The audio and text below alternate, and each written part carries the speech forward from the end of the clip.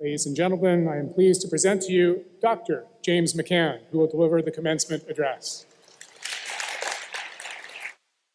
Well, thank you very much for having me. Thank you very much for this distinguished honor, and congratulations on the achievement of your master's degrees. It's an unbelievably momentous day for you. I can see it in some of your eyes right here. You're wondering, how did you get the flower guy? I mean, President O'Donnell had a long list of potential speakers for today, but Dr. Fauci was busy over at Princeton. Tyler Perry is over at Emory today, and my good friend Judge Judy is at the New York Law School. Now, I'll tell you a little secret here. I'm actually friends with Judge Judy, and she's only about this big, but I'm still frightened of her. You know, Taylor Swift had a little event across the river today at Yankee Stadium, so she wasn't available either. But I have a lot more in common with Taylor Swift than you might think. But I'm not going to spend a lot of time here talking about that Jake Gyllenhaal guy. He did me a dirty too. And don't get me started on Kanye West. He knows what he did. A little bit about maybe how I really got here. As you heard, I started in the 80s. I named a company 1-800-Flowers. I know this is a young crowd, and we've mentioned the 80s and the 70s here today, so I might have to do a little history context here. The mention before of a toll-free number. Let me explain. At one time, telephones were very expensive.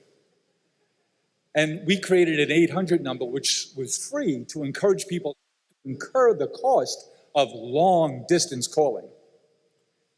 In fact, I might have to go back a little further, because if I'm going to talk about a telephone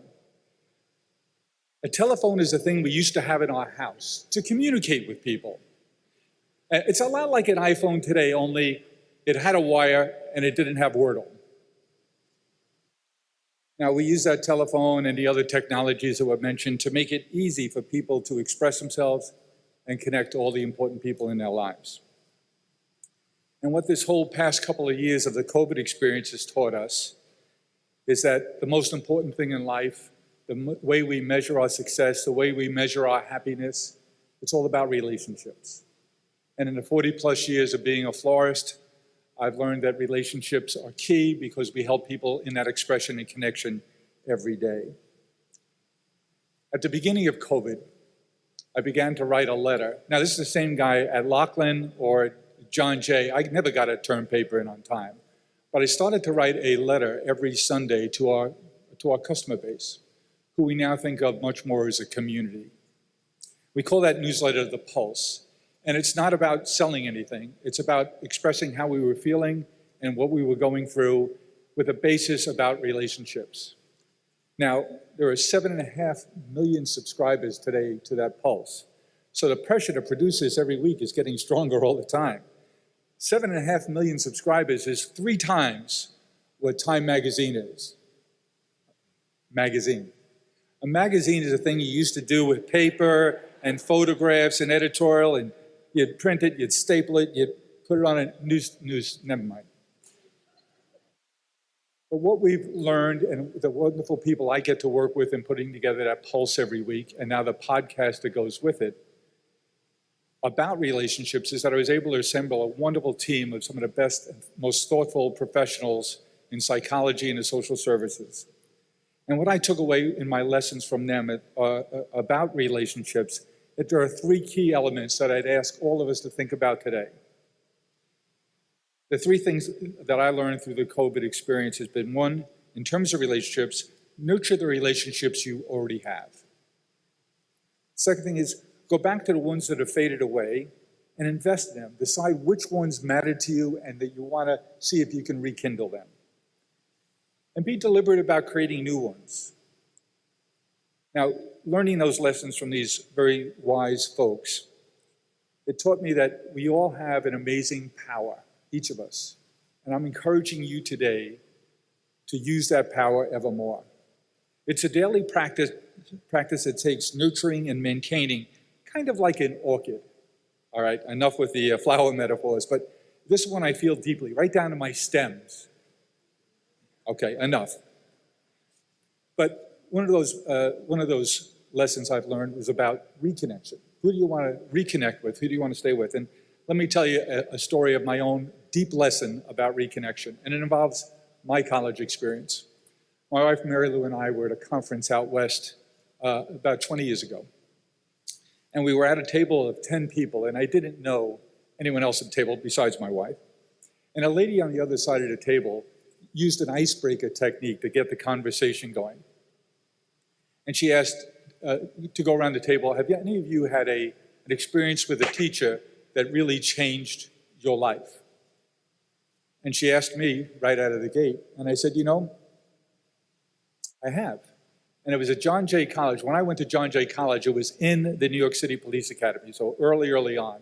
So most of my classmates were armed, not like at Manhattan College armed, but armed with guns, not armed with intellect and personality and good looks. And so it was an interesting group of fellow students. And I had a professor there that I described to the table was amazing. She's a little woman, she had a big afro, she wore like big boots, and she taught government and history and the Constitution, and she would get this class, I mean, rocking every day, yelling, taking sides, and then she'd make them turn arguments and take it the other way. And so I started spending some time with her after class, and I just found this woman to be intriguing. And she had a big impact on my life and gave me some great advice, especially when I talked to her about this business that I had bought and what I was trying to do with it. And so I went on with my praises, and the woman across the table who asked the question originally said to me, Jim, are you speaking about Blanche Cook? And I said, yes, I am. How did you guess that? She goes, well, Blanche is one of my best friends. And then she said, have you ever told that to Blanche? And the answer was no. I had never told her that, and I hadn't seen her in a very long time.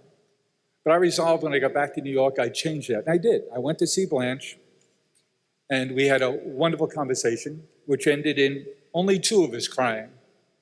But she had an amazing impact on my life, and I finally righted my wrong, reconnected, and told her how she impacted. I used my power to change the way she felt, and of course, to change the way I feel.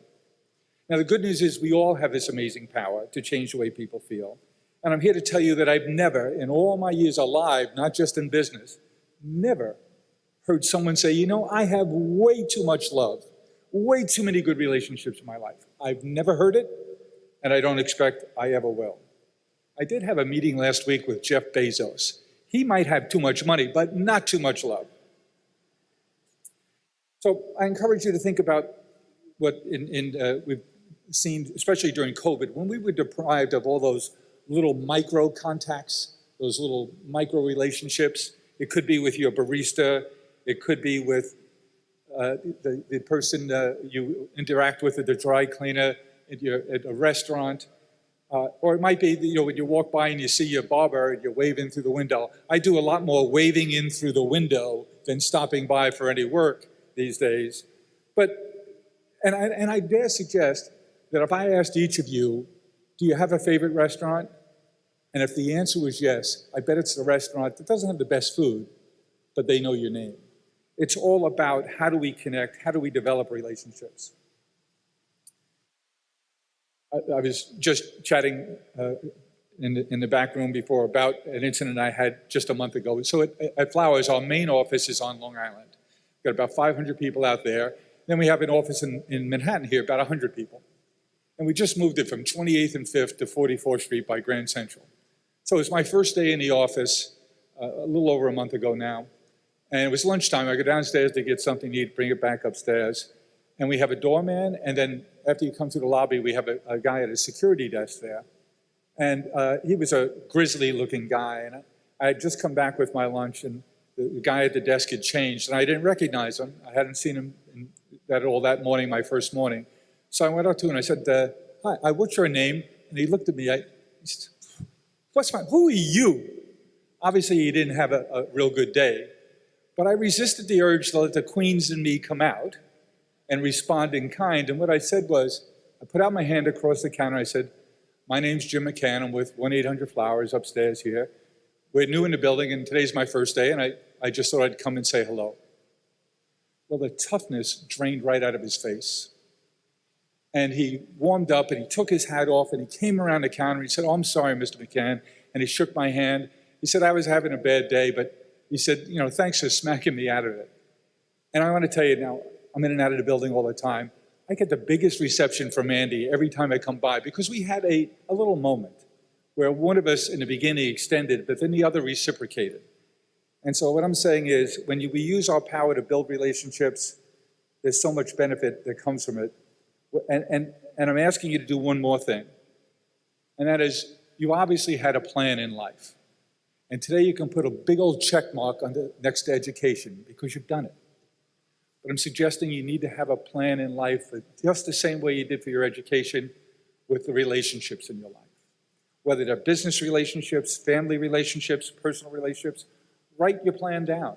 I suggest you do it in the beginning of the year, but you can start now. And who are the relationships you want to renew, the reconnections, who are the relationships you don't have? And in your circumstances, who are the people you want to thank for today that got you here? Not just pat yourself on the back, but what family members do you want to thank? What classmates do you want to maintain relationships with? What professors do you want to thank? What professors do you want to stay in contact with? Hey, you have a President O'Donnell here who's retiring for a year of sabbatical, July 1st. He's going to have plenty of time to stay in touch with you. So think about it. He's going to be lonely. And in terms of new relationships, I made a resolution just a few minutes ago that I'm going to stay connected to that Rachel Bauer. She is an amazing young woman, and I'd like to have her in my life. So I have a suggestion, not just for the graduates, but for all of us here today. Let's resolve to use our power to make someone feel better. Let's resolve that in the next 24 hours, we're going to say something, we're going to do something, we're going to write something to change the way someone in our world, or maybe new to our world, feels. And if we do that, I think that's 1,000 special ingredients of karma that will fill this room. So I encourage us to use your power today, and it's not limited to one time. Now, I mentioned the 80s several times here today. It seems to me like the 80s are cool again. And if you don't believe me, I have 2 words for you. Top Gun. 1986 movie. It's going to be the big blockbuster of the year. Now, I'm going to tell you that I have tickets for the premiere. I'm going with 2 friends, Judge Judy and Taylor Swift. And if you're good, we'll save a seat for you. Congratulations.